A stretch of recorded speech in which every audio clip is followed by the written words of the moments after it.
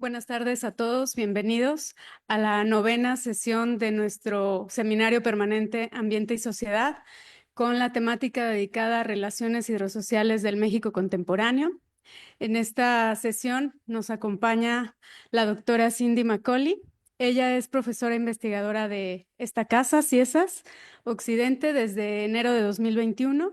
Es miembro del Sistema Nacional de Investigadores Nivel 1.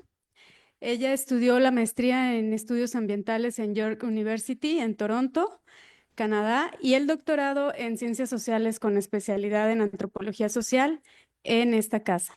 Su tesis recibió el Premio Doctoral 2018 de la Red Internacional Waterlat Gobasit.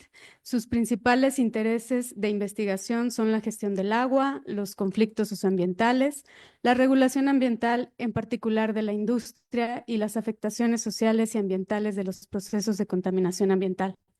Aborda estos temas desde los enfoques de la ecología política y la justicia ambiental. Actualmente desarrolla 3 proyectos centrados en agua y poder en el occidente de México: conflictividad, contaminación y acaparamiento, así como otro proyecto de incidencia para la regeneración ecohidrológica y la reapropiación comunitaria de la cuenca alta del Río Grande de Santiago, y el diagnóstico, identificación y análisis de los impactos y afectaciones ocasionadas por la presa del Zapotillo y la elaboración conjunta de una estrategia de resarcimiento con las comunidades afectadas. Dentro de sus publicaciones más recientes destaca La cloaca del progreso, corporaciones, corrupción institucionalizada y la lucha por el río Santiago. También aguas residuales e ilusiones, plantas de tratamiento para revitalizar el río Santiago en México. Y aguas inseguras, el ciclo hidrosocial del agua potable en el occidente de México. Pues es un gusto tenerte aquí con nosotros, Cindy, para cerrar este ciclo de temático. Y pues sin más preámbulo, te doy la palabra para escucharte. Muchas gracias, Emilia, y buenas tardes a todos. Voy a compartir aquí la presentación.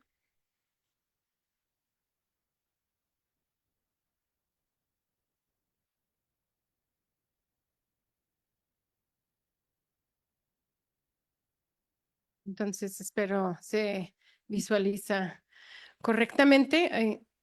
Una disculpa. Bueno, entonces les presento este trabajo que estoy elaborando, que se llama Los límites y ambigüedades de los mercados de agua en el occidente de México, acaparamiento ilegal de aguas subterráneas en regiones rurales y periurbanas. Y partimos del reconocimiento de la importancia del agua subterránea como fuente del 49% del agua potable para uso doméstico a nivel global, también fuente de agua para casi el 40% de las tierras irrigadas. Es un recurso por sus características difícil de gobernar. Algunos dicen, pues prevalece la anarquía o el caos. Es un recurso, como dice Kerry Walsh, que se caracteriza por su ubicuidad, heterogeneidad e invisibilidad, que se aprovecha en pozos individuales que han tenido su auge desde el siglo pasado, ¿no? Entonces representan un reto muy importante para su regulación o su gobernanza desde el Estado en diferentes regiones del mundo. En México, el agua subterránea es fuente de alrededor del 40% del agua concesionada y fuente para 57% del agua para uso público urbano. De acuerdo con los datos oficiales de las 653 acuíferos administrativos que ha definido la Comisión Nacional del Agua, 111 se encuentran sobreexplotados, pero habrá más que decir de esto debido a los problemas con cómo se han definido esos acuíferos administrativos y los datos también que informan los cálculos de cuál acuífero está sobreexplotado, ¿no? Entonces, en este trabajo que presento es en base a una investigación con una estrategia metodológica desde la etnografía institucional para presentar resultados del análisis de las prácticas de actores estatales en la creación de las condiciones para el acaparamiento legal y ilegal en esa frontera borrosa de aguas subterráneas en dos regiones del estado de Jalisco, en la región de Los Altos, y con algunos comentarios sobre una región periurbana aquí al sur del área metropolitana de Guadalajara.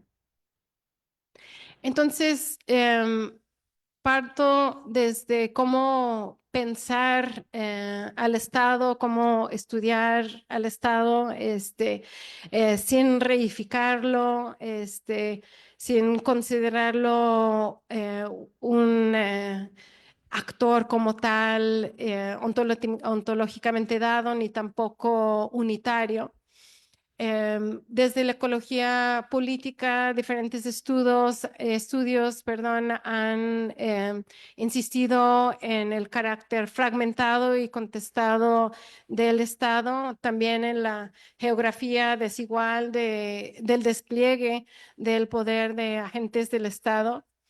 Y desde la antropología, ante la complejidad de estudiar a un actor contradictorio, y sin esencializarlo, diferentes investigadoras han apostado por estudiar las prácticas cotidianas de actores estatales y a la par estudiar las representaciones del Estado, ¿no? En nivel discursivo. Desde los enfoques antropológicos también han enfatizado la borrosidad que existe entre las esferas de lo público y lo privado, la borrosidad que existe en tratar de descifrar entre intereses y actores públicos y privados, y las áreas de ambigüedad regulatoria que son creadas, aplicadas y aprovechadas por actores privados y públicos. Y estas áreas de ambigüedad que se crean en lo normativo, en lo regulatorio, deben de entenderse, argumentan algunos investigadores como Agudo Sánchez y Estrada Saavedra, no solo como fallas, sino como una condición que es producida y aprovechada por diversos actores, incluyendo los estatales, para ampliar sus márgenes de acción o disminuir los de otros. Y estoy pues argumentando, ¿no?, que estas áreas de ambigüedad es una noción que nos ayuda a entender lo que existe con relación a los mercados de agua en el país. Pensando ahora más desde una crítica marxista, desde la ecología política también autores como Christian Parenti han descrito el Estado como una relación con la naturaleza como inherentemente ambiental debido al papel del Estado en proveer al capital los valores de uso de la naturaleza a través de regímenes de propiedad, a través de la construcción de infraestructuras y también a través de generar ciertas legibilidades de la naturaleza a través de prácticas científicas y intelectuales. Y esto pues nos remite a las ideas de James Scott, ¿no?, sobre la legibilidad que genera el Estado. También desde una perspectiva marxista, Antonio Ioris resalta que como actor ambiental el Estado es aún más fracturada y contradictoria que quizás con relación a otros ámbitos, debido a que uno de los papeles claves del Estado es generar las condiciones para la reproducción de capital, generar un entorno, como decimos, business friendly. Entonces, resalta que en ese sentido el papel principal de leyes y políticas ambientales suele ser sistematizar el exceso y la propiedad de partes de la socionaturaleza que tienen relevancia económica o política, ¿no? Y los estudios de la neoliberalización de la naturaleza, también desde la ecología política, han analizado cómo diferentes mecanismos y lógicas de mercado han permeado la gobernanza y la institucionalidad ambiental en diversos ámbitos. Entonces, pues el argumento aquí, y bueno, creo que hay bastante consenso en torno a ello, es que el mercado de las concesiones de agua en México contiene una ambigüedad regulatoria inherente y es un ámbito propicio para analizar las prácticas y ausencias del Estado, tanto por las lógicas de mercado que encarnan, como por la legibilidad que crea la construcción de la idea de los acuíferos administrativos y por las diferentes maneras en que en este mercado y en estas prácticas se entretejen intereses públicos y privados. Em, un consultor hídrico bastante conocido en México, el ingeniero Eduardo Mestre, laboraba en la Comisión Nacional del Agua, recién creado en la época de Salinas de Gortari, y cuando se desarrollaba la ley de aguas nacionales, refiere que en esa época la administración prevalecía un pensamiento en donde la búsqueda del nirvana en la vida era la eficiencia y pues las premisas que prevalecían también desde el Banco Mundial y el Fondo Monetario Internacional, perdón por las siglas en inglés, era pues que en la eficiencia del mercado encontrarías las soluciones a tus problemas.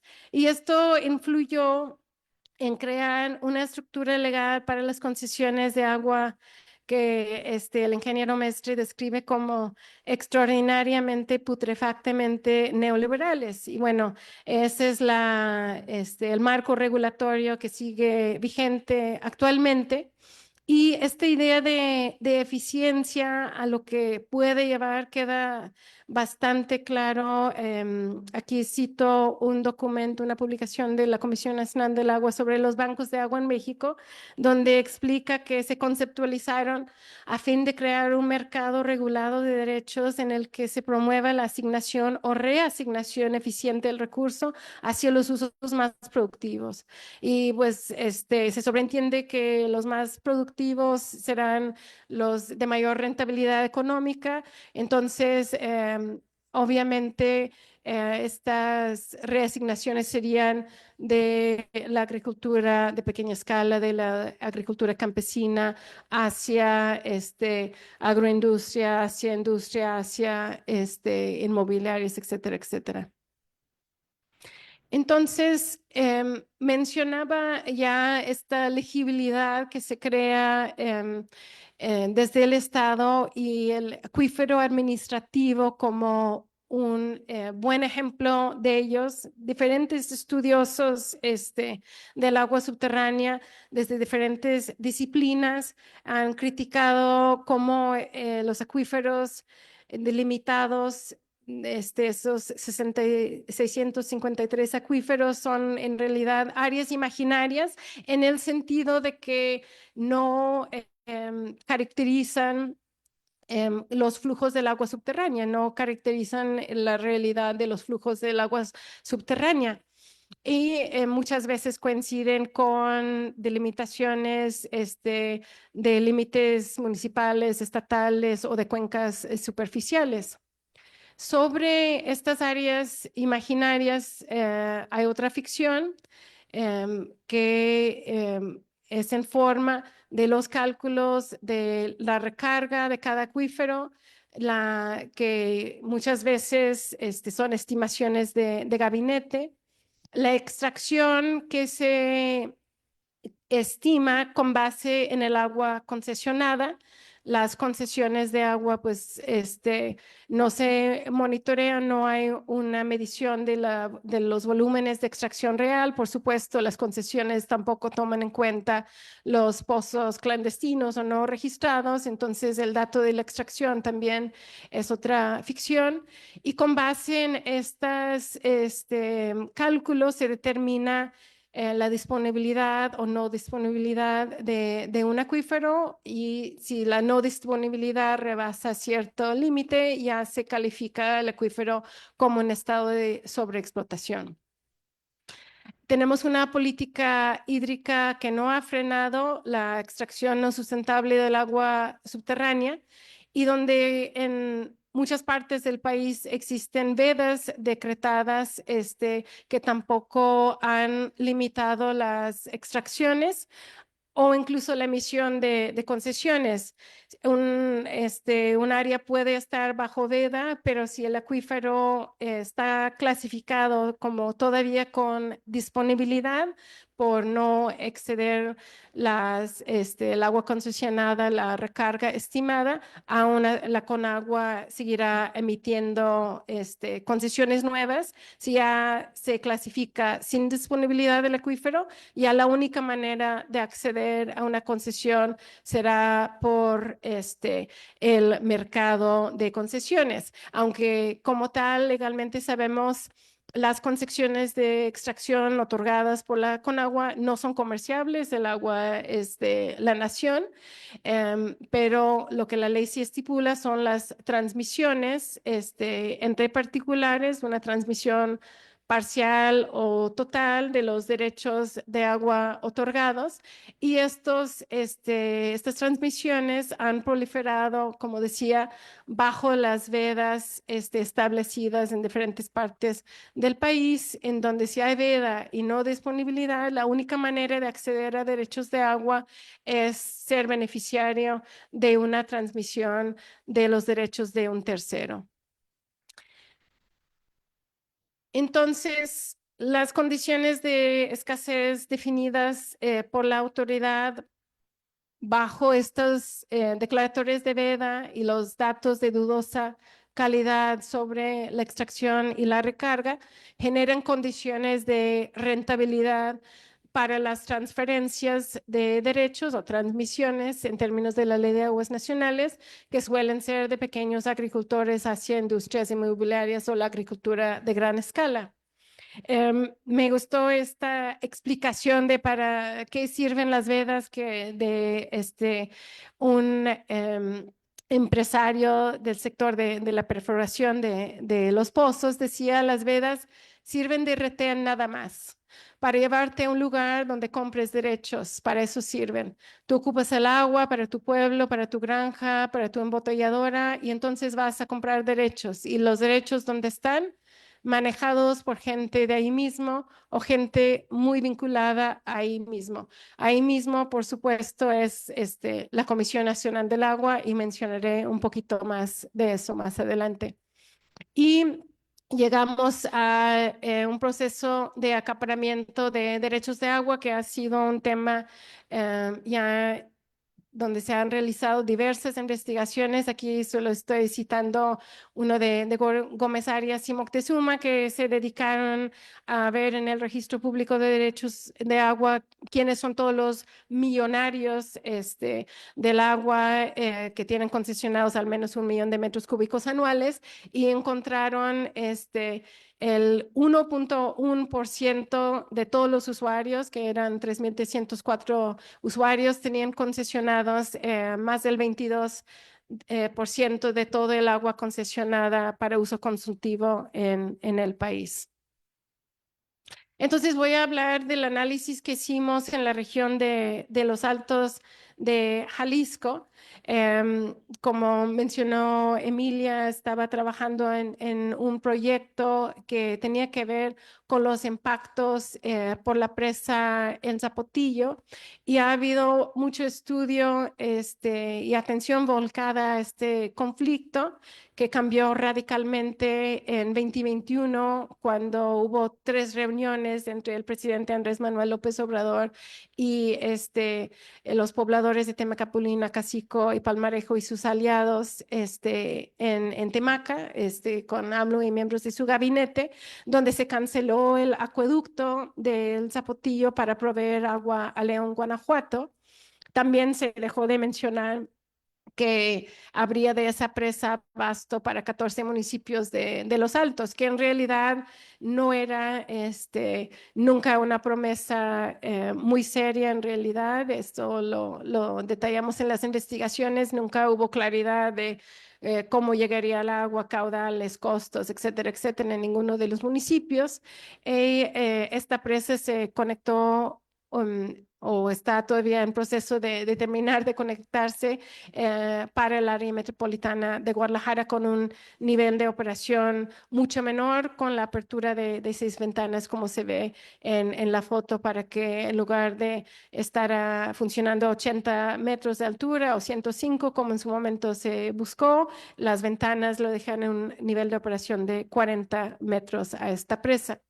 Entonces, en los Altos de Jalisco, mucha atención se ha volteado hacia este conflicto y pensamos que era importante también voltear a ver qué está sucediendo con el agua en los Altos, y aquí nos llevará al tema de la charla, porque en esta región el agua principalmente que se emplea es agua subterránea.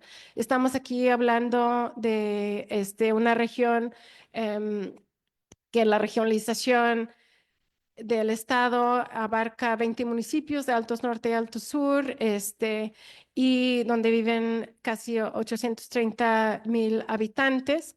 Es una región clasificada de muy alta vulnerabilidad al cambio climático, y es una región semiárida. Y como veremos, también una región de gran producción agropecuaria. En 2023, o sea, con datos de 2023 del Sistema de Información Agroalimentaria y Pesquera, del SIAP, en Los Altos se produjo el 48% del huevo que se produjo a nivel nacional.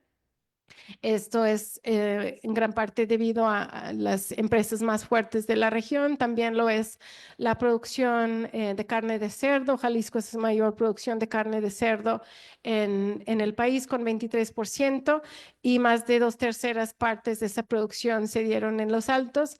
Y nuevamente esto se concentra en los municipios más fuertes, igual como en el caso del huevo. Estamos hablando de municipios como San Juan de los Lagos, Tepatitlán, Aranda, Zacatic y Lagos de Moreno.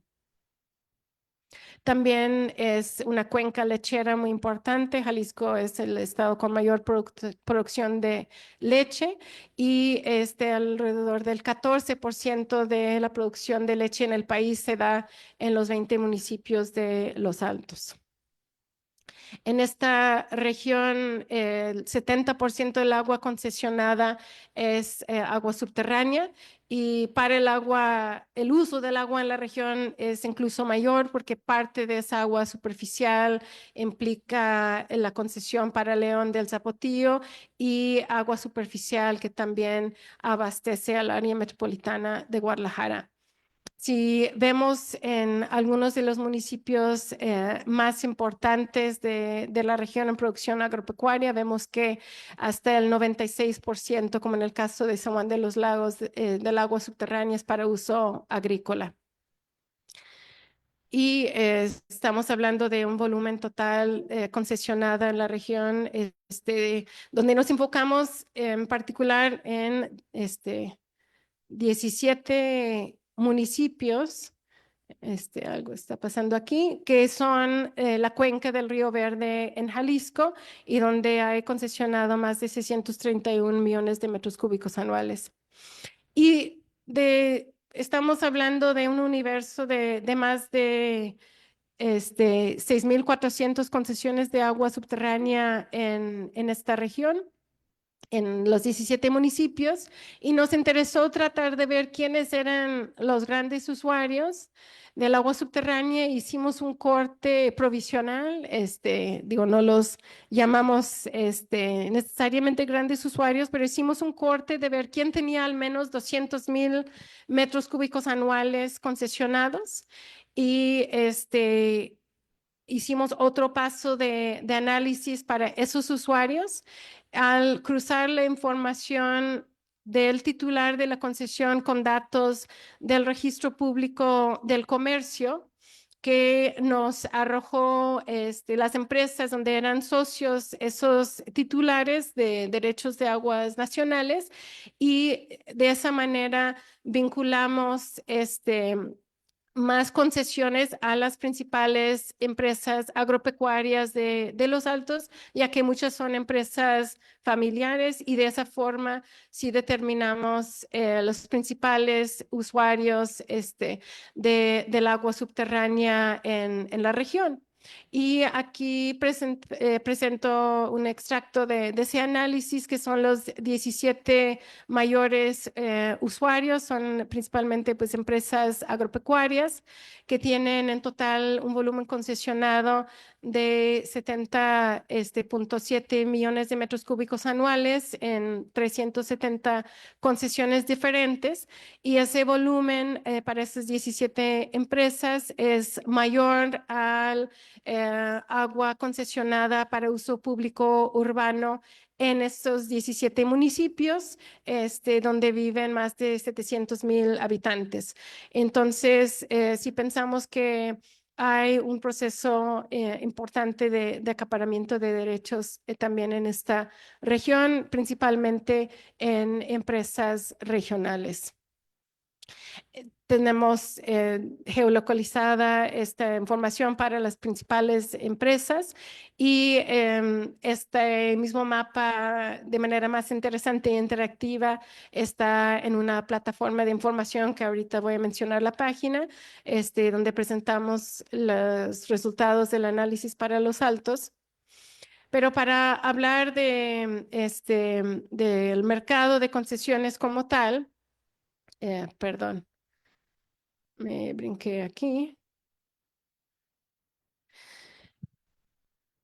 Como mencionaba, cuando se da la transmisión de derechos, siempre está una figura principal, el gestor o coyote, que normalmente está asociada a personal de la Comisión Nacional del Agua. Como decía, un productor donde liberan metros cúbicos, quien los agarra primero, también las empresas más grandes. Entonces, los gestores son quienes buscan a esas empresas más grandes para la venta de los derechos, y en el control de las extracciones, para vigilar las extracciones, decía otro productor, con relación a la Conagua, desgraciadamente, para buena suerte, no están midiendo el agua. Desgraciadamente por el acuífero, pero para buena suerte de los productores, él decía. Al mismo tiempo, decía un productor, de un pozo, no, de uno, hacemos dos. ¿Qué quería decir?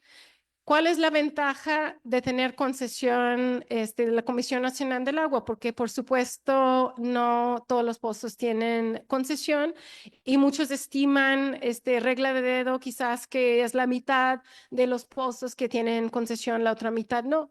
La ventaja de tener la concesión de la Comisión Nacional del Agua para el uso agrícola es poder acceder a la tarifa 09 de la Comisión Federal de Electricidad, que es una tarifa reducida para la electricidad, para el bombeo.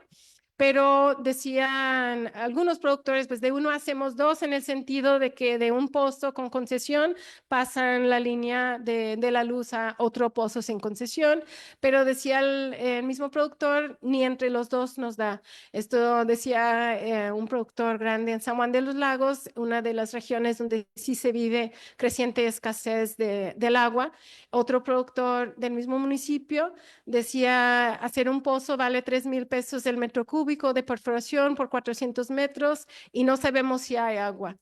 Entonces dice, ahí va 1,000,000, 1,500,000 de pesos, y ahí no más. Es como estar en Las Vegas y estar apostando y a ver qué pasa. Es lo mismo. Por supuesto, los productores pequeños no tienen esos recursos para apostar. Un poco más con relación a cómo funcionan estos redes. Otro productor de la región y también activista notaba que era frecuente ver que funcionarios o exfuncionarios de Conagua luego aparecían o se convertían en gestores o coyotes, e incluso exfuncionarios y funcionarios de la Conagua entrevistados describen el coyotaje en términos de redes que involucren tanto a gente dentro como afuera de la institución. Y aquí pues tenemos una implicación de lo legalmente validado, que es la transmisión o portal total o parcial de los derechos, y el pago monetario, que implica la venta de un bien de la nación, que algunos de estos funcionarios no dudan en calificar como ilegal. El marco legal de la ley de aguas nacionales ha generado estas contradicciones en donde, en palabras de un funcionario de Conagua, todos sabemos que obvio nadie va a ceder su título de concesión a título gratuito, pero nunca se va a establecer ahí en la cesión de derechos una cantidad porque está fuera de la ley. Otro exfuncionario define el sistema que existe en torno al acceso al agua como una corrupción en los niveles micro, meso y macro.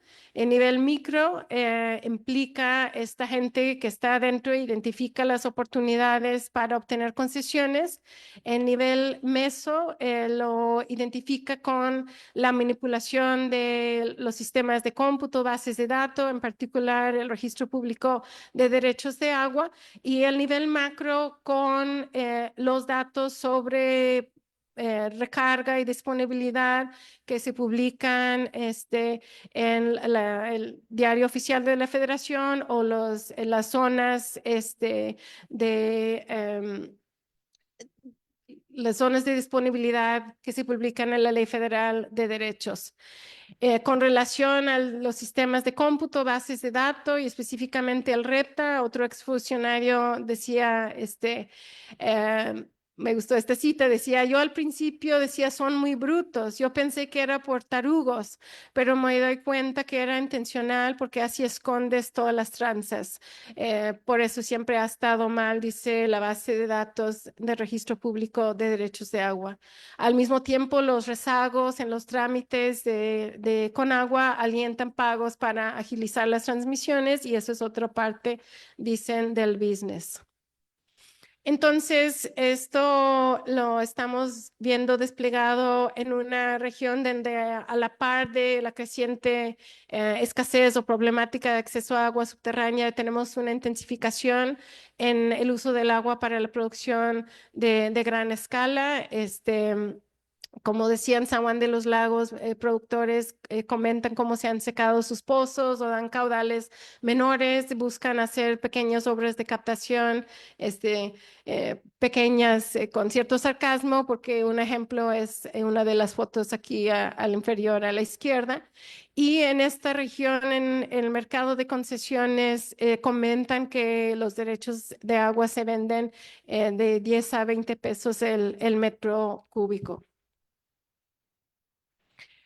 Brevemente, porque a lo mejor me estoy extendiendo, en esta región hay problemas importantes en los sistemas de agua municipales, y solo voy a resaltar el caso de San Juan de los Lagos, donde las autoridades municipales mencionan que abastecen a la población de 24 a 36 horas cada semana, tratando de asegurar agua viernes, sábado y domingo en la zona centro por la afluencia del turismo religioso.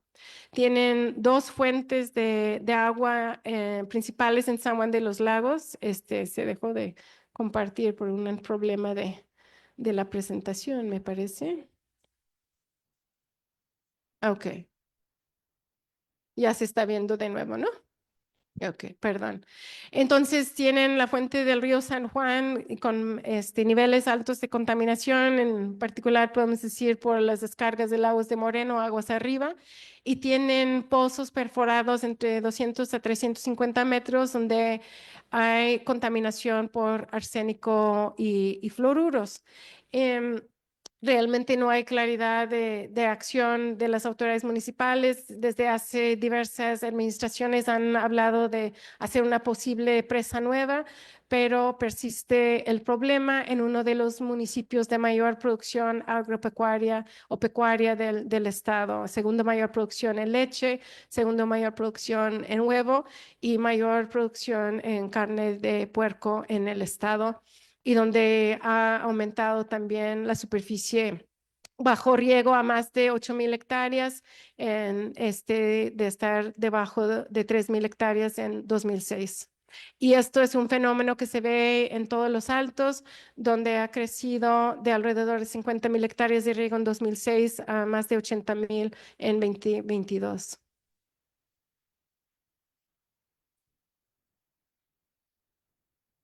Ahora, no quiere. Ok. Y este problema de la contaminación geogénica de las fuentes de agua potable es un fenómeno recurrente en diferentes municipios de la región de los Altos y que se relaciona con la sobreextracción de agua subterránea. Son contaminantes geogénicos, pero se agudiza pues su presencia con la sobreextracción del agua subterránea. Aquí presento algunos de los máximos que encontramos en registros de muestreos a pozos de agua potable realizados por la Comisión Estatal del Agua o autoridades de salud de Jalisco. Por supuesto, están múltiples veces encima de lo permitido por la norma de agua potable, la NOM 127. Incluimos los máximos encontrados porque no hay análisis continuos de los mismos pozos ni todos los años, y es tan poca la información, incluso que lo quisimos resaltar. Preguntamos a las autoridades de salud para estos municipios donde existe una problemática clara. Si hicieron análisis de arsénico en todos estos años, y vemos que los últimos análisis de arsénico en estos 17 municipios se hicieron en 2019, y hasta mediados del año pasado no se había realizado ningún análisis.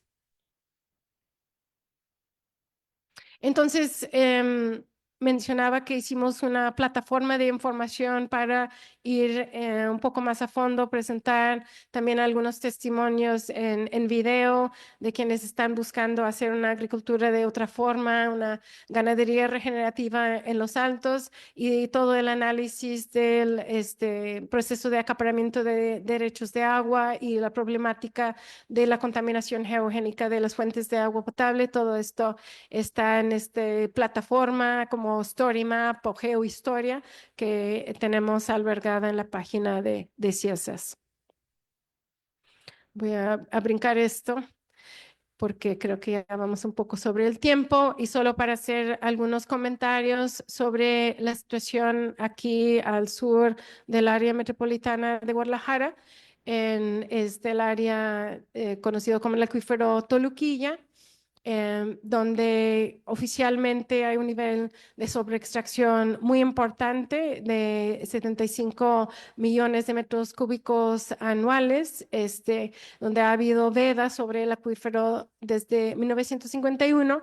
Y voy a presentar muy rápidamente algunos resultados de un análisis espacial que hicimos sobre las 1,594 concesiones vinculadas a este acuífero. Sabemos, como ya decía, que hay un alto nivel de incertidumbre de la información que está en el REPTA, y este análisis, digamos, agrega algunas otras aristas a esa incertidumbre que existe.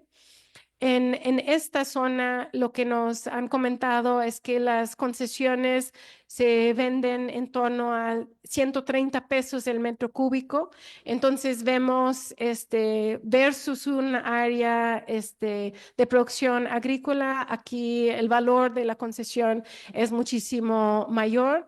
Y al analizar municipios periurbanos como El Salto y Tlajomulco de Zúñiga, pues no es sorpresa que los grandes usuarios son industrias, son empresas inmobiliarias, también individuos vinculados a estos dos sectores y en el municipio del Salto, como se ha mencionado para otras regiones del país, vemos como incluso los bancos ahora son titulares de concesiones de derechos de agua. Encontramos 6 concesiones de agua subterránea en el Salto otorgados a Bancomer.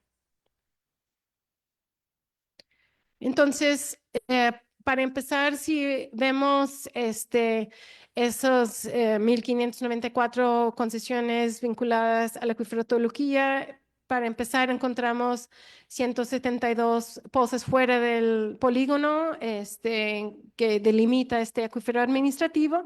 Algunos están en el mapa, algunos estaban muy lejos y no pudimos ponerlos en el mapa, pero ahí están algunos de los que están por lo menos a la redonda. Esto nos habla de la mala calidad de los datos de georreferenciación de los pozos.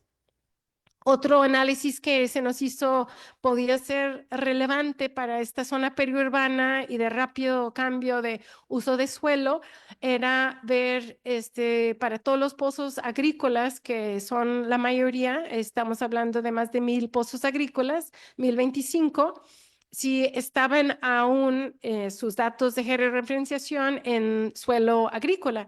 Entonces, con análisis de imágenes satelitales para 2021, encontramos 379 pozos cuya georreferenciación ya estaba en una zona con otro uso de suelo. Y aquí están mapeados, la mayoría eran en áreas ya con uso de suelo urbano, algunos con uso de suelo industrial. Y pues esos pozos podemos especular que pues son ya activos también para su venta o su especulación y por supuesto no se han cancelado o extinguido esos derechos. También otra arista que se ve aquí en este tipo de zona interesante es con relación a las inmobiliarias, que son importantes detentores, titulares de derechos de agua en esta zona periurbana, pero muchas veces sus concesiones están para uso de servicio, en otros casos industrial, en otros casos doméstico, en otros casos diferentes usos. Entonces, en lo que es la provisión de un servicio público de agua, vemos un nivel, digamos, de falta de claridad de cómo manejar estos pozos de las inmobiliarias. Entonces, pues ya simplemente para cerrar, en las prácticas que analizamos, vemos un estado ausente cuando se trata de regular la extracción, pero vemos un estado activo a través de sus agentes en prácticas que son claves para el funcionamiento del mercado de concesiones, donde se generan beneficios privados para funcionarios, especuladores y grandes usuarios en diversos sectores. Y pues esta área de ambigüedad que crea el marco legislativo y normativo es aprovechado por estos sectores. Prevalece lo que Kerry Walsh describe como una anarquía autodestructiva, donde lo que esa anarquía no dimana de una ausencia de gobierno, sino de un gobierno de laissez-faire, de dejar hacer, que facilite el cercamiento de un bien común sin detener la destrucción ambiental. Y es un tipo de violencia lenta como la que describe Rob Nixon, esta sobreextracción de agua subterránea, donde en conjunto con los efectos del cambio climático y el acaparamiento de derechos, deja estragos para los productores pequeños y para los cuerpos expuestos a contaminantes geogénicos que fallé en mencionar la zona del acuífero de Toluquillas, otra zona donde hay múltiples estudios, incluso datos de la Comisión Nacional del Agua, que evidencian la presencia de altos niveles de fluoruros, arsénico y otros contaminantes en el agua subterránea en esta región. Y pues era todo de mi parte. Muchas gracias.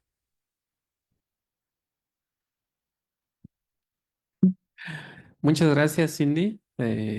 Muy interesante tu presentación y también yo extiendo la invitación a visitar el sitio que mencionabas, muy interesante. En este momento nos gustaría abrir el micrófono a las personas que tengan alguna pregunta, comentario sobre lo que nos ha presentado Cindy.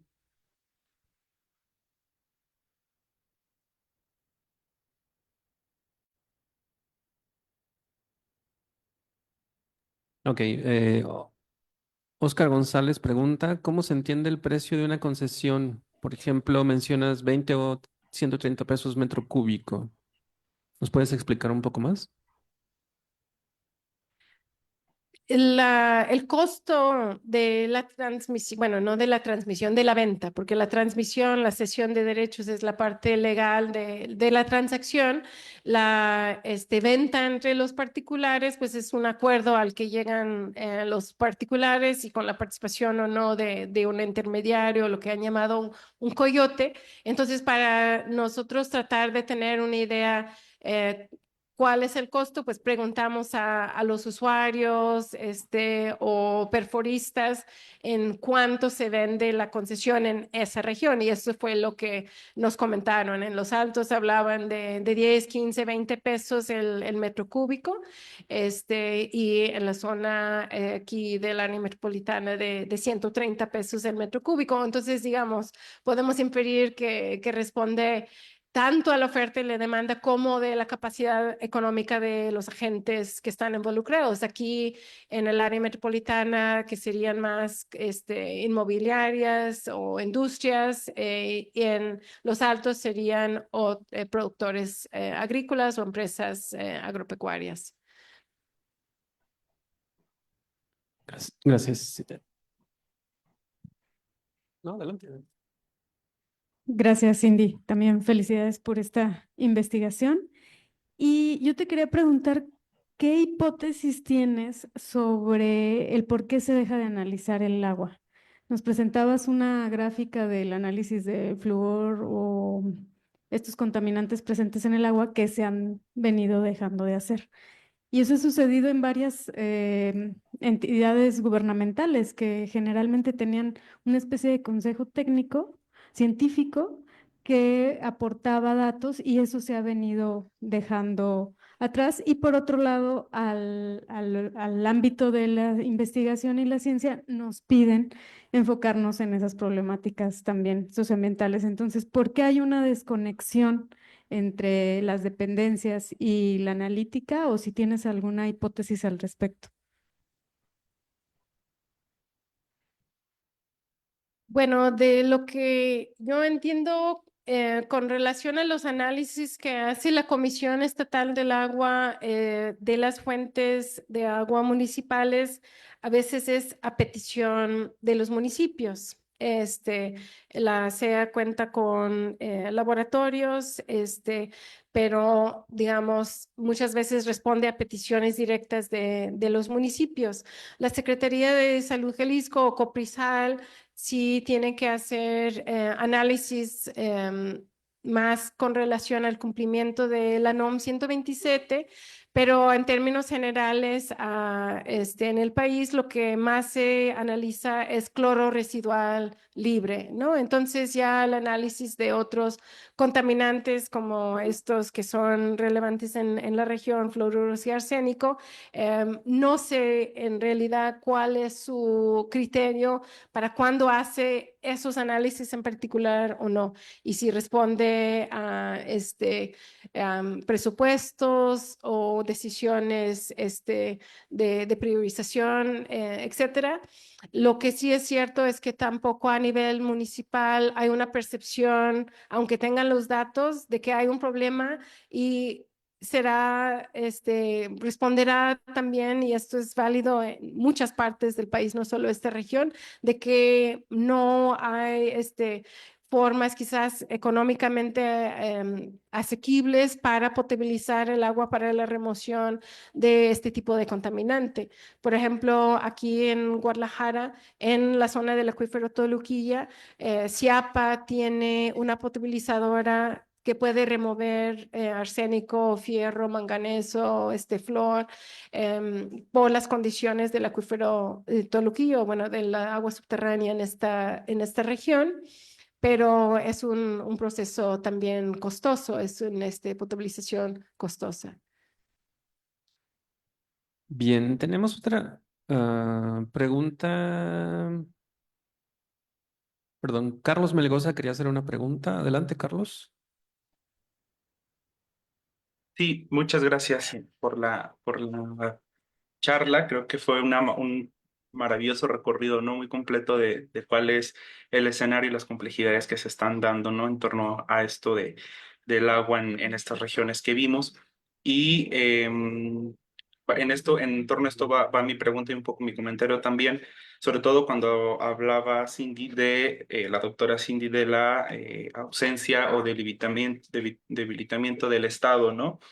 Acaba de salir hace poco el índice de riesgo político en América Latina y uno de los puntos que toca este índice es la vulnerabilidad frente al cambio climático en la región. Y parte de esa vulnerabilidad que tenemos viene por el debilitamiento de las instituciones, ¿no? Y del Estado. Lo dice la CEPAL, lo dice este índice, lo dicen muchas otras investigaciones. Entonces, en ese sentido, ¿cómo podríamos entender nosotros, ¿no? Haciendo esta lectura, ¿qué nos queda entonces hacer, ¿no? ¿Cuáles serían las alianzas que tendríamos que hacer o las estrategias que tendríamos que seguir, sociedad civil, academia, gobiernos, para poder enfrentar esta crisis hídrica? Y estas complicaciones, ¿no? También se acaba de anunciar un nuevo acueducto de Chapala a Guadalajara, también ver un poco la opinión aquí de la doctora Cindy, cuáles serían los impactos. Ya vimos todo el escenario de la región norte, de los altos norte, alto sur, y ahora con este acueducto, ¿cuáles serían los impactos en la región ciénega de Chapala? Muchas gracias.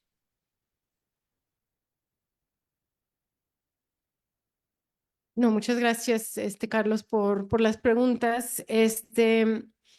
Sí, el qué hacer es, yo creo que algo al que todos tenemos que aportar aquí. Igual tratamos de proporcionar algo de información y ojalá alentar un poco de debate, porque en este momento siento que a nivel discursivo, sí hay algunas tentativas a querer reforzar la presencia del Estado en cuestión del gobierno federal en estas temáticas, ¿no? Se ha hablado hace una semana, se habló en la mañanera con el director de Conagua y la presidenta Sheinbaum sobre la necesidad de ordenar las concesiones de agua en el país y que estaban haciendo una revisión uno por uno de las concesiones, tratando de detectar si había concesiones irregulares o otorgadas de manera ilegal, pero evidentemente el problema va más allá de eso. O sea, muchas concesiones pueden estar perfectamente legales en papel, pero ser parte de estos procesos de acaparamiento de derechos. Esta debilidad o ausencia del Estado lo veo también mucho en el caso del Río Santiago, con las iniciativas loables en principio de querer limpiar los tres ríos más contaminados del país, ¿no?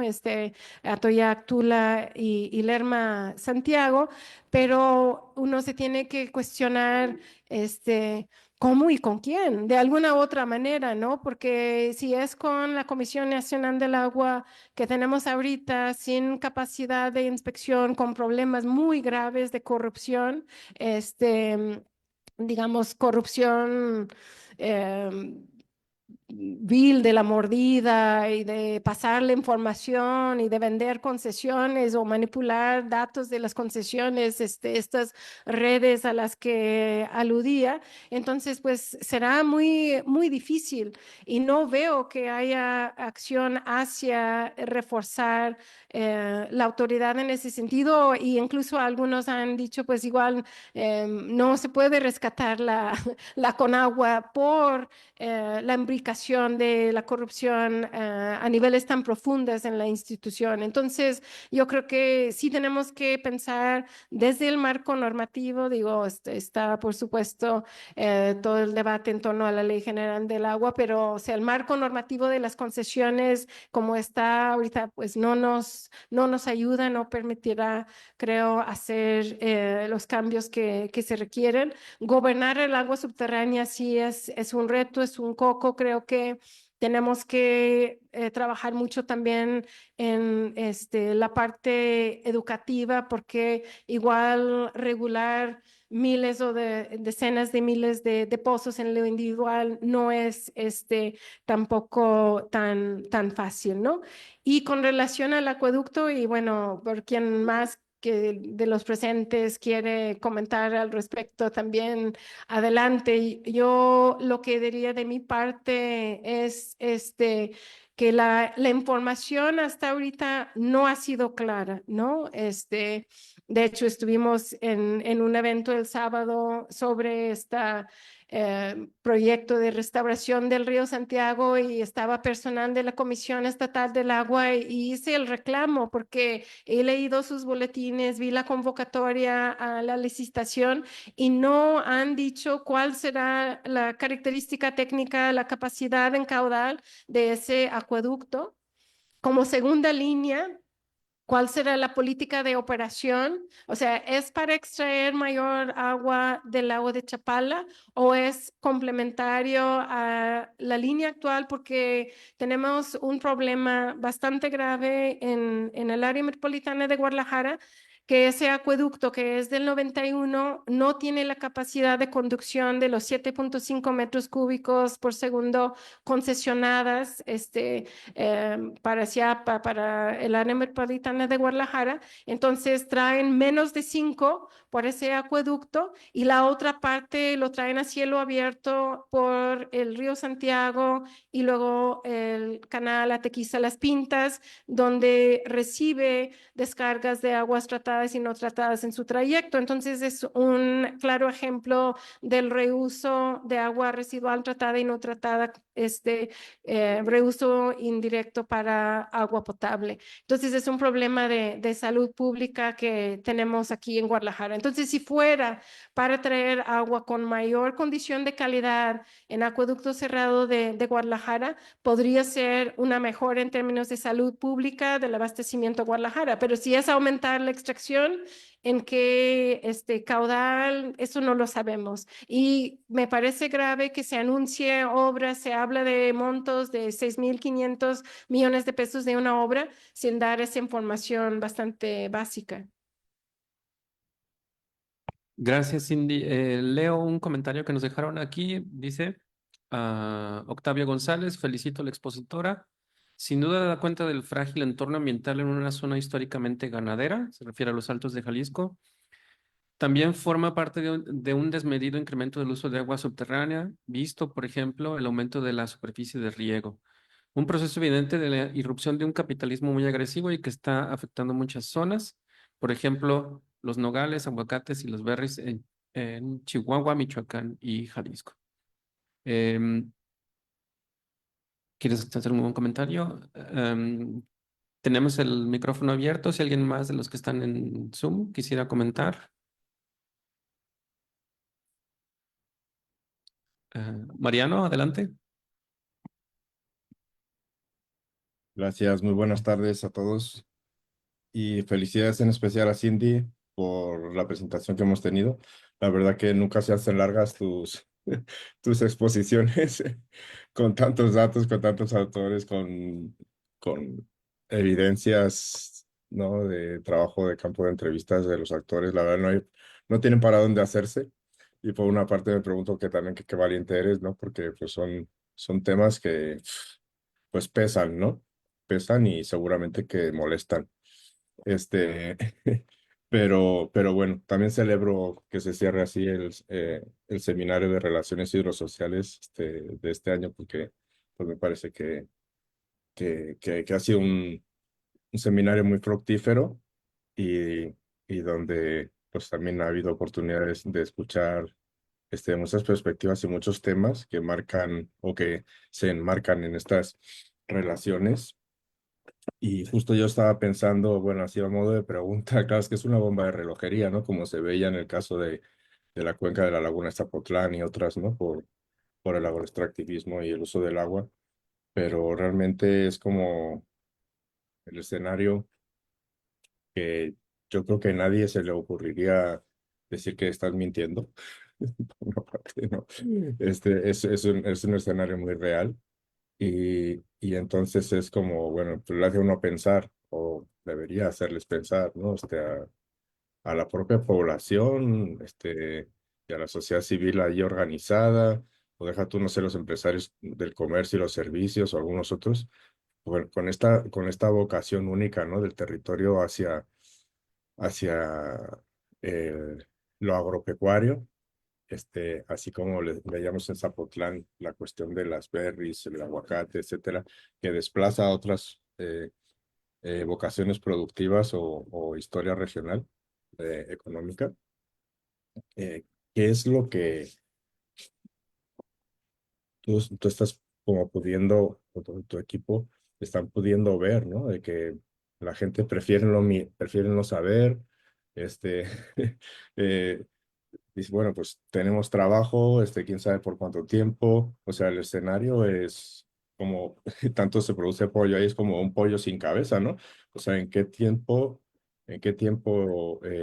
la gente va, si se sabe o no se sabe, claro, con este esquema de los acuíferos administrativos y de estas disponibilidades mal calculadas, ¿no? Con, con, con fórmulas que no corresponden para nada a la realidad, pues también hasta eso es difícil, ¿no? Y a lo mejor mañoso para saber, bueno, en San Juan, a cuánta agua les puede quedar si sigue ese crecimiento, no sé, exponencial de la explotación para los usos domésticos, ¿no? Por ejemplo. O para otros, ¿no? Sí, ni qué hablar, ¿no? De esos usos que, claro, no se hablaban, como mencionabas tú, en la época de Salinas para nada, pero el uso productivo del sostenimiento, ¿no? De los servicios ecosistémicos, o simplemente de las condiciones de soporte que ofrece la naturaleza en cuanto a esa agua, ¿no? Que es necesaria, este, simplemente para mantener la vida, ¿no?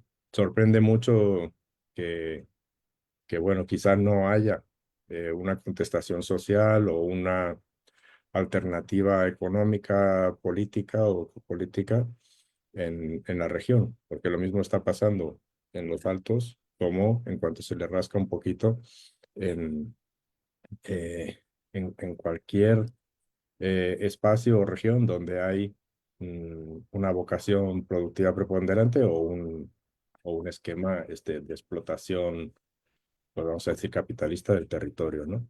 No sé, lo dejaría por ahí como la pregunta, comentario. Obviamente, esto daría para muchas otras cuestiones que la SAS está trabajando también de, bueno, ¿y qué se hace con esa agua, no? ¿Se trata, no se trata? ¿Se reutiliza, no se reutiliza?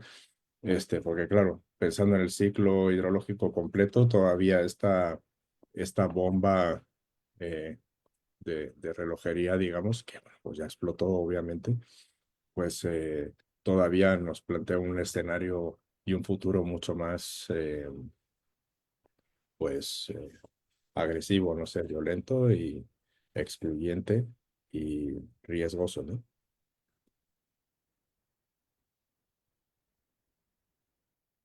Pues yo creo que hay una característica interesante del agua subterránea, ¿no? De cómo su acceso es muy individualizado, ¿no? Se vive esos procesos en el terreno propio, en el pozo propio, pero estos cambios a niveles regionales, pues tienen ganadores y perdedores claros, ¿no? Pensando, o sea, como en el marco desde la ecología política y obviamente si se requiere perforar a mayor profundidad, bombear a mayor profundidad, pues son quienes detentan esos recursos que les permiten perforar de nuevo, perforar a mayores profundidades o hacer los estudios geohidrológicos para saber dónde encontrarán el agua.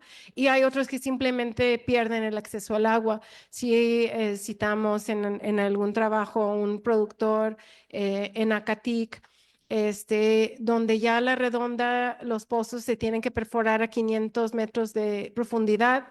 Como hubo sequía, su bordo se secó y durante 8 meses tuvo que estar con una pipa propia acarreando agua horas y horas al día para dar de beber a sus 50 vacas de ordeña, ¿no? Entonces, eso lo relaciona, para relacionar el otro comentario con la producción de aguacate, que hay ciertas zonas de producción de aguacate entre Acatic y Tepatitlán también. Hablamos con otro productor en Tepatitlán, quien tampoco tiene posibilidad de acceder a agua subterránea y lo relaciona también con la producción de aguacate. Mencionan que esta producción de aguacate perforaron a 700 metros de profundidad. Entonces, algunos están perdiendo el acceso al recurso o pueden estar en aras de perderlo. La gente está, yo creo que muchos que están en el campo están conscientes de estos cambios, están conscientes del cambio climático más que uno porque lo están viviendo, y saben que, digamos, el futuro se ve complicado. Pero yo sí estoy muy de acuerdo en que falta mucha discusión y conocimiento público del agua subterránea. A lo mejor se percibe como algo un poco intangible, algo un poco difícil de conceptualizar, de entender, pero es la base de muchas de nuestras producciones agrícolas, de producción de alimentos. La producción industrial del país vive de agua subterránea, por supuesto, y muchas de nuestras ciudades también viven en buena parte del agua subterránea. Entonces, es una agenda, yo creo, de todos buscar cómo podemos fomentar mayor conocimiento y diálogo para entender el nivel crítico en el que estamos y la necesidad de acción. Ok, gracias, Cindy. ¿Alguien más tiene alguna pregunta, comentario que quisiera hacer? Gerardo, adelante. Gracias, Y Cindy. pues felicitar a Citi por esta conferencia, por su investigación que está detrás de todo esto.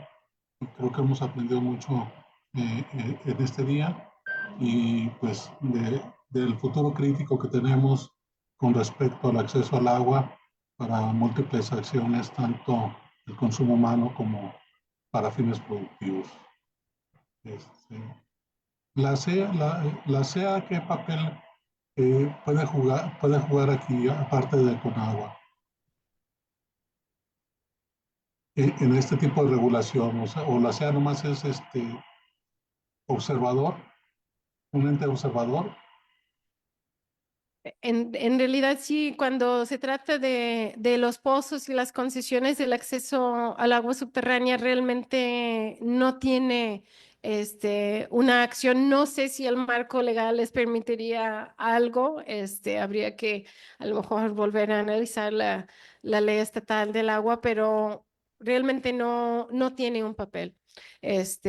Todas las concesiones se emiten desde la Comisión Nacional del Agua, es el único que también pues, lo puede realizar acciones de inspección que son básicamente ausentes, también desde la Conagua y en sí el único lugar de lo que hablé donde veríamos la actuación de la CEA sería en apoyo a los municipios o organismos operadores municipales, pero para el agua del subsuelo en general no entra.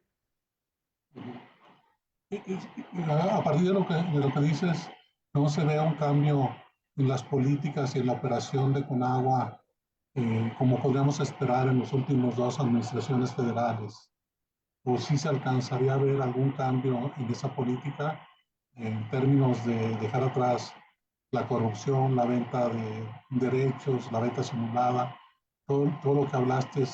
¿Se puede apreciar un cambio para una mejor administración del recurso agua?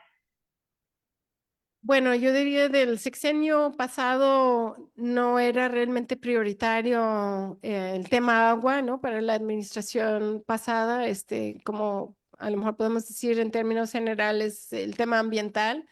En la Conagua vimos también cómo cayeron alrededor del 65 o 70% el número de inspecciones anuales que hacía la Conagua, que de por sí era bajo, disminuyó mucho más. Se integró en la Conagua algunos personal a nivel de subdirectores generales, con el afán también de tratar de combatir la corrupción o buscar la transparencia. Está el caso de otra persona que participó en este seminario, ¿no? La doctora Jacinta Palermo Viqueiro, que entró como en la dirección técnica, Lena Burns, que estaba en Agua para Todos, que entró en administración del agua, pero más allá de esas incorporaciones, no sé si podemos hablar de algo en combate a la corrupción en el sexenio pasado. En este sexenio, bueno, es temprano, pero y se ha mencionado el tema de concesiones, está mencionado en lo que han sacado como borrador del Plan Nacional Hídrico. Han hablado del tema, la presidenta Sheinbaum, como mencioné, ha hablado de ordenar las concesiones, pero creo que se requiere ir mucho más allá y de reconocer que hay un problema severo de corrupción en la Conagua. No lo he escuchado.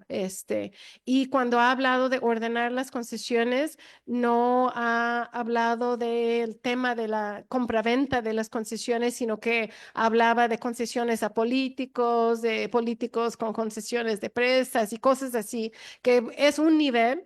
También habló de un tema relevante de que como las concesiones agrícolas no pagan derechos de agua por el volumen de extracción, hay usuarios industriales o incluso inmobiliarias que pueden, bueno, el caso de las pipas es muy recurrente, pipas de agua que tienen concesiones agrícolas, pero es un uso no agrícola, y habló de tratar de identificar esas concesiones, pero digamos, serían acciones necesarias, pero no suficientes, ¿no? Para el tamaño del problema. Gracias, Silvia. Bueno, tenemos espacio todavía para más preguntas. Si alguien quiere hacer algún comentario. Si no, yo tenía un comentario que me pareció muy interesante el enfoque que empleas. Me gustó mucho cómo empezaste tu presentación hablando sobre el Estado y las conceptualizaciones que ha habido, toda la discusión que hay en antropología sobre el Estado. En particular, entenderlo no como, como decías tú, como un ente reificado, sino como algo que es mucho más complejo, que tiene múltiples actores y tiene múltiples intereses, ¿no? Por decirlo así. Y a mí me pareció que tu trabajo da cuenta muy bien de eso, en particular con esta idea de las formas misteriosas de actuar en el sentido de cómo las burocracias producen, en este caso, la existencia de acuíferos administrativos, ¿no? Me gustaría que nos explicaras un poquito si lo que conoces tú de cómo se delimitan los acuíferos desde el punto de vista del Estado mexicano. Pero más allá de eso, me pareció muy interesante cómo la ausencia de datos sobre la extracción de agua en los pozos concesionados y particularmente sobre la calidad del agua y los posibles y múltiples efectos ambientales en la salud humana. Esto es cotidiano dentro del Estado. Desde mi punto de vista, creo que nos muestra una biopolítica de la indiferencia, o sea, cómo el Estado utiliza estos recursos, cómo las burocracias, más bien, yo pienso más bien en burocracias, no tanto en el Estado, utilizan estos recursos de una forma muy discrecional, pero al mismo tiempo indiferente. O sea, hay concesiones, pero no tenemos datos sobre extracción ni sobre eh, calidad del agua, ¿no? Y mucho menos de los efectos que puede estar causando. Y esta producción, entonces, mi pregunta era si nos pudieras explicar un poquito si conoces cómo se delimitan los acuíferos administrativamente. Bueno, se creó la delimitación de estos 653 acuíferos, pero exactamente el criterio que usaron para delimitarlos lo desconozco. Sí, la parte de la crítica que se hace a cómo están delimitados es que están delimitados como si fueran como una alberca junto a otra alberca. Y lo que muchos argumentan es que hay diferentes sistemas de flujo, algunos más locales, que normalmente son más superficiales, otros más regionales, que son más profundos. Entonces, los acuíferos como tal, incluso no solo se separan, digamos, en términos como cortar el pedazo de pastel así, sino también en lo vertical. En realidad, o sea, tendrías que ver las profundidades también. Y habrá también zonas donde, em, perdón, no hay infiltración. Entonces no habría agua subterránea en toda esa zona, ¿no? Pero de hecho estuve en un evento, solo es un comentario, pero me hizo interesante. No sé mucho de geohidrología, por supuesto, pero estaba presentando un geohidrólogo de San Luis Potosí, cómo pensaron que se podía recargar agua para el valle de San Luis Potosí. Pero cuando en la realidad empezaron a estudiar los flujos con ciertas mediciones que pueden hacer, vieron que en una de las sierras que delimita el Valle de San Luis Potosí, en lugar de esa agua está recargando ese acuífero y va hacia la Huasteca. Entonces, o sea, lo superficial no corresponde a lo subterráneo es mucho más complejo y por eso pues me deslindo de que realmente no sé de geohidrología como debería de dividirse o entenderse los flujos de agua subterránea, pero lo que abogan los críticos de la delimitación de los acuíferos administrativos es que no se basa en datos de cuáles son en realidad estos flujos de agua subterránea y los flujos no se dividen solo en, digamos, lo horizontal como un corte desde la superficie, sino también en lo vertical por estratos. Exacto. Sí, por supuesto, por supuesto. Sí, buenas tardes a todos. Yo quería hacer un comentario sobre la pregunta de Gerardo sobre el papel del Estado. Creo que la CEA Jalisco en particular y la Secretaría debería de adoptar un papel un poco más un papel de mayor incidencia, como hemos visto, por ejemplo, en Guanajuato, donde tienen su propio sistema de monitoreo y bueno, eso muchas veces contradice incluso las disponibilidades que publica la Conagua, lo hemos visto en algunos acuíferos, y bueno, aunque sus atribuciones legales no les dan pues para interceder en el tema de las concesiones, de alguna forma tienen una mejor fotografía de lo que está pasando con el agua subterránea, ¿no? Y eso, bueno, también lo hemos visto en otros ámbitos, como es el saneamiento, donde los estados, al menos aquí en la región, han ido también adoptando las plantas de tratamiento que los municipios no pueden a veces mantener activas. Y eso sí lo vemos aquí en Jalisco. No sé si a propósito o por cuestiones políticas, pero de alguna forma el rol que están adoptando las entidades, los gobiernos estatales, es cada vez mayor en la gestión del agua y pues jugando un poco ahí con lo que sí pueden, lo que no pueden por las cuestiones legales, pero de alguna forma son actores que tienen los recursos y que podrían pues incidir de mejor manera, ¿no? Entonces lo dejo ahí sobre la mesa también.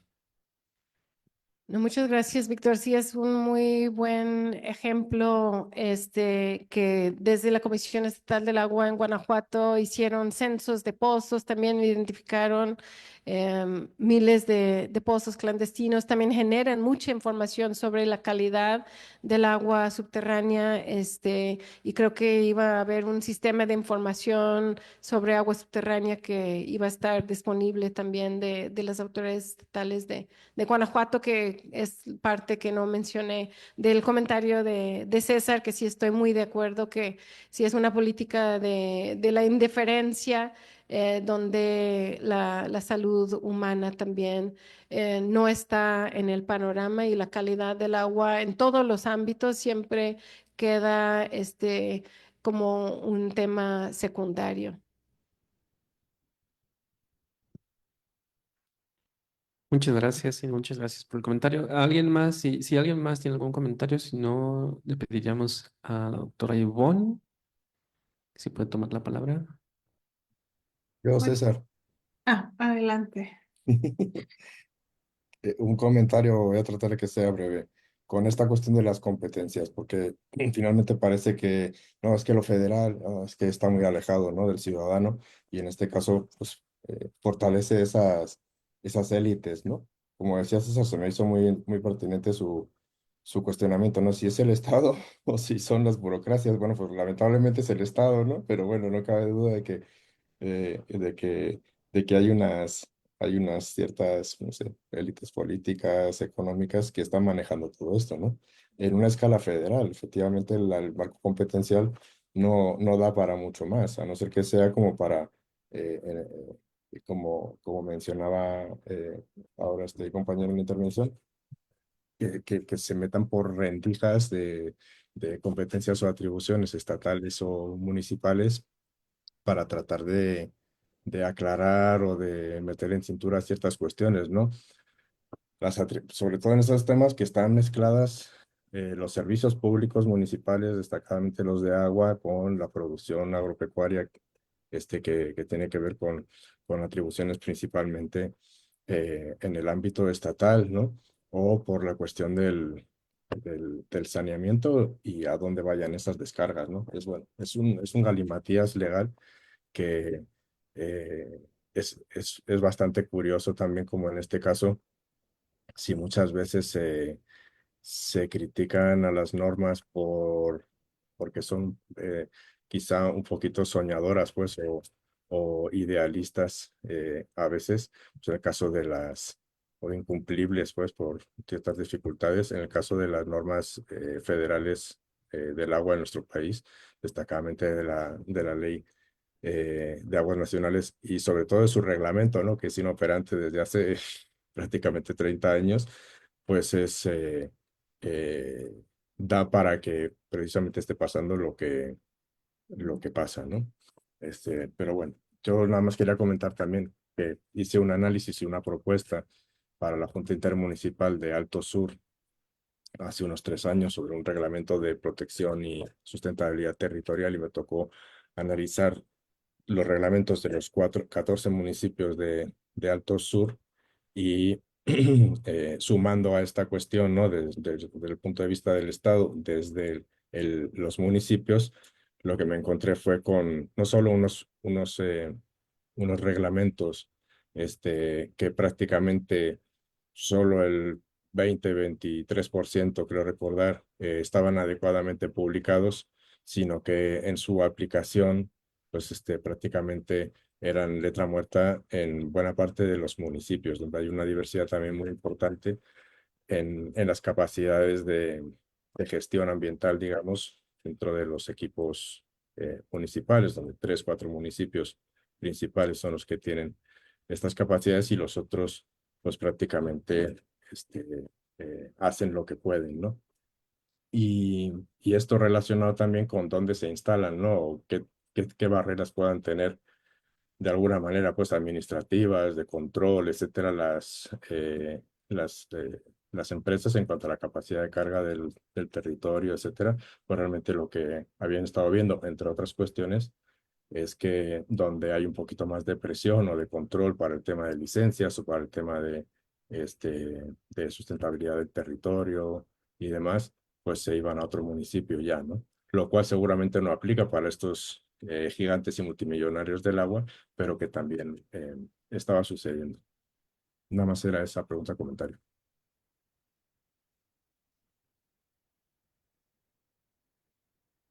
Muchas gracias, Mariano.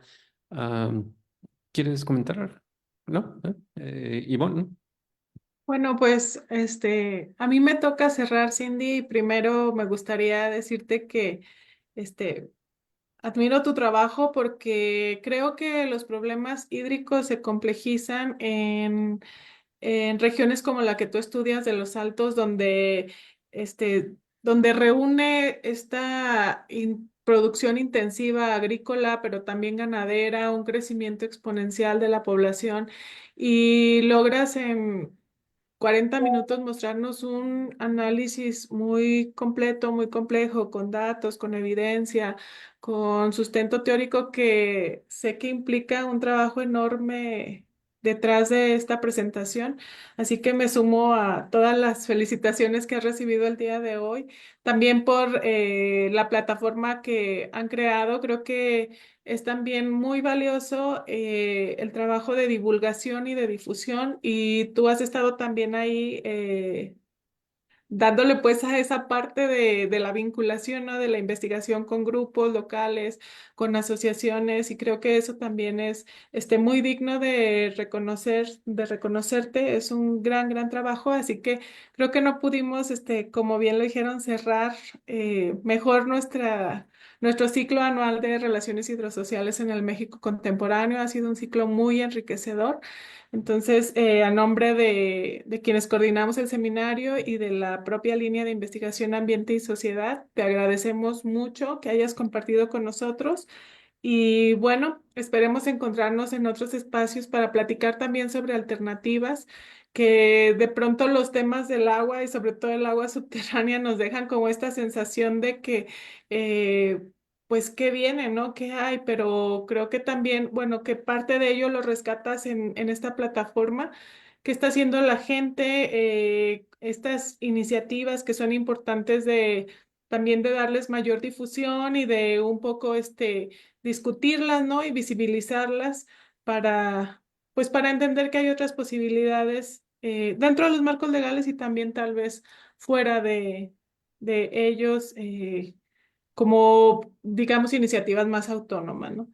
Entonces, bueno, nada, agradecerte mucho, Cindy, agradecer a todos los presentes y espero que nos sigan acompañando en el próximo ciclo anual de este seminario. Gracias a todas y todos. Muchas gracias a todos por estar presentes y sus comentarios y preguntas.